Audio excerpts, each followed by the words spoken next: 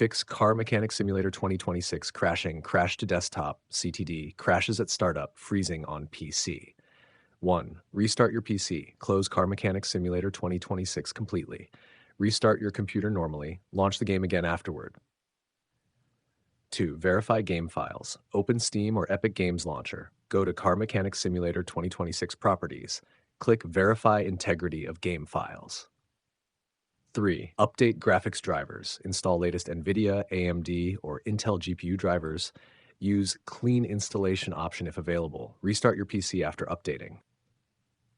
4. Run the game as administrator. Right-click the game shortcut or exe file. Select Run as administrator. Also run Steam Epic Launcher as administrator. 5. Disable overlays and background apps. Disable Discord overlay and Xbox Game Bar. Close MSI Afterburner, OBS, and RGB software. Stop unnecessary startup applications. Char 6. Reinstall DirectX and Visual C++.